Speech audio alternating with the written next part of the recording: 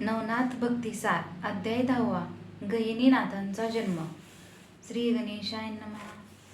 कनकगिरी गावात मच्छिंद्रनाथाने गोरक्षाला वेदशास्त्रांत प्रवीण करून सर्व विद्यांतही निपुण केले.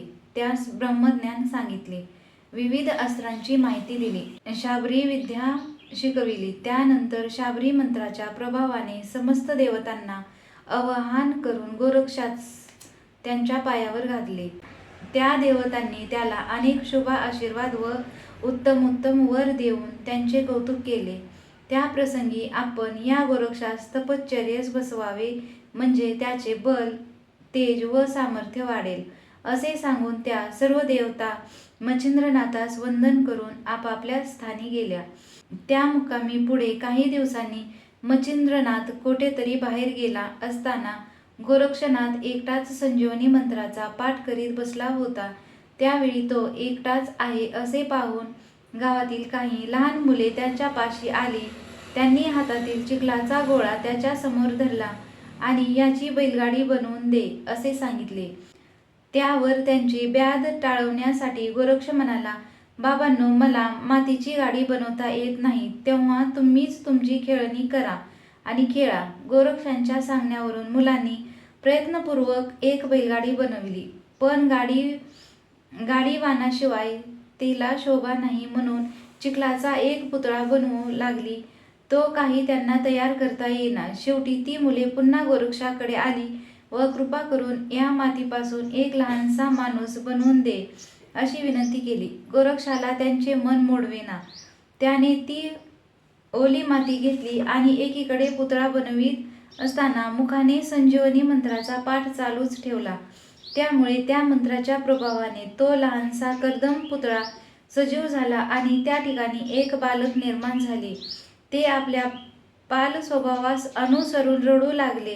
तो आवाज कानी पडताच मुले घाबरली आणि गोरक्षाने भूत उत्पन्न केले असे वाटून खेळ सोडून बोबाटा करीत सैरावैरा पळत सुटली. पळता पळता रस्त्यामध्येच त्यांनी आणि मच्छिंद्रनाथाची गाठ पडली. त्यांची भयभीत अवस्था पाहून नाथाने त्यांना धीर दिला आणि घाबरण्याचे कारण विचारले. मुलांनी त्याला सर्व वृत्तांत सांगितला. त्याच्या मनात शंका उत्पन्न झाली. काय चमत्कार आहे तो समक्ष पाहावा म्हणून त्याने त्या मुलांना आपापल्या त्या ठिकाणी घेऊन जाण्यास सांगितले.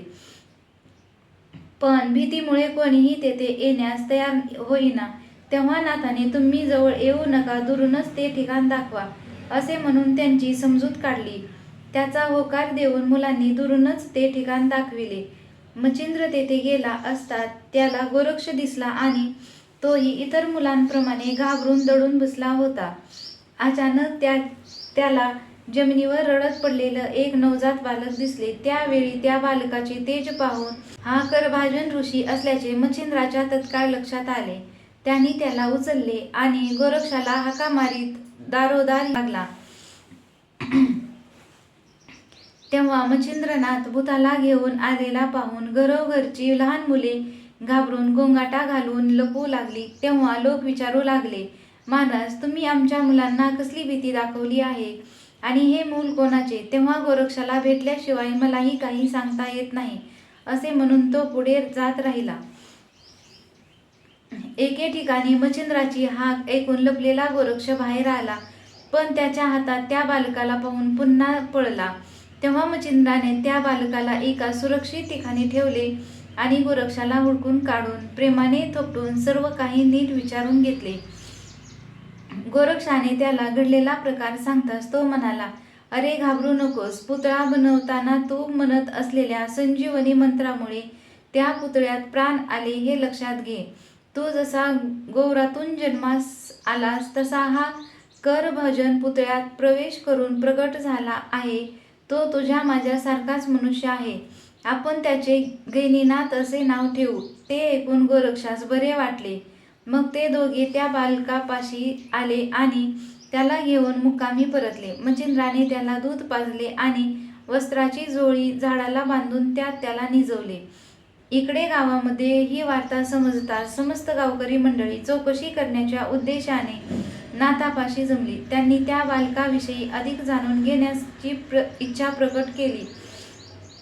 नाथाने त्यांना सर्व काही सांगितले. ते ऐकून ते थक्क झाले.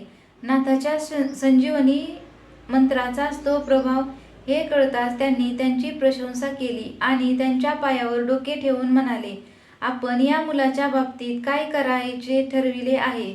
त्यावर नाथाने, मी त्याला घेऊनच पुढील तीर्थयात्रा करणार असे सांगताच ती मंडळी म्हणाली, महाराज, या बालकाचा सांभाळ करणे आपल्याला शक्य होणार नाही. या गावात मधु आणि गंगा नावाचे एक सुखवस्तू ब्राह्मण दाम्पत्य आहे, पण त्यांना मुलबाळ नाही.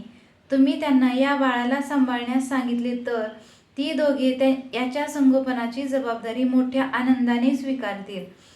त्याला मान्यता देऊन नाथाने मधु ब्राह्मणास त्याच्या पत्नीसह बोलावून घेतले आणि त्यांना त्या बालकाविषयी सर्व हकीकत सांगून त्याला तुम्ही अपत्यवत सांभाळा अशी विनंती केली.